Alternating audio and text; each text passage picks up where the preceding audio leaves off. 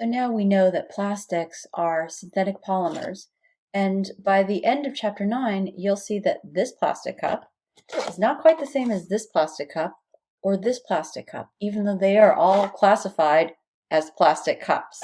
So the reason is the monomers, the components that make up these plastics, are different. So we know a synthetic polymer is made in a lab, but exactly how is it made in a lab? So from the name, poly means many, and mer means units. The units are individual monomers, and a polymer is these monomer units, individual units, bonded together over and over and over. A polymer can be formed naturally or made in a lab, so that's synthetic. And so we'll also be talking about natural polymers and how they're made, like starch in food or DNA in an organism. This is a container of paper clips, and all these paper clips are exactly the same. So this is an example of monomers. And so this would be an individual monomer. And then as I link these monomers together in a chemical reaction, I have a polymer chain. So it's just the monomer over and over and over again that is any synthetic polymer that is a plastic.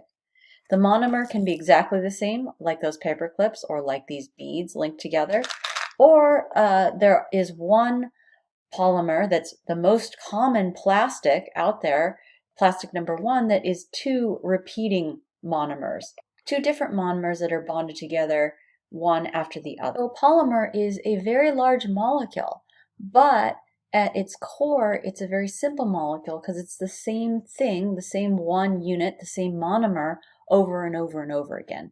But because an individual monomer can have many, many atoms, this individual monomer, when you have many, many atoms and then many, many, many, many of those, you can have a lot of atoms all together in total that is called a macromolecule, a very large molecule made up of many, many, many, many atoms.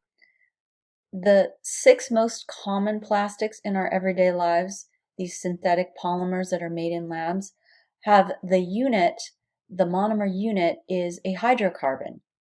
So these 6 most common plastics are carbon-containing compounds. So there are oil-based plastics and corn-based plastics. For instance, I have 2 forks right here. They, to the uninitiated, they seem like the exact same thing, plastic fork. But monomer, from which this standard plastic, this is an oil-based plastic, is a hydrocarbon that comes from fossil fuel. Compared to this is a corn-based plastic, the monomer is also a hydrocarbon, but it originates from corn.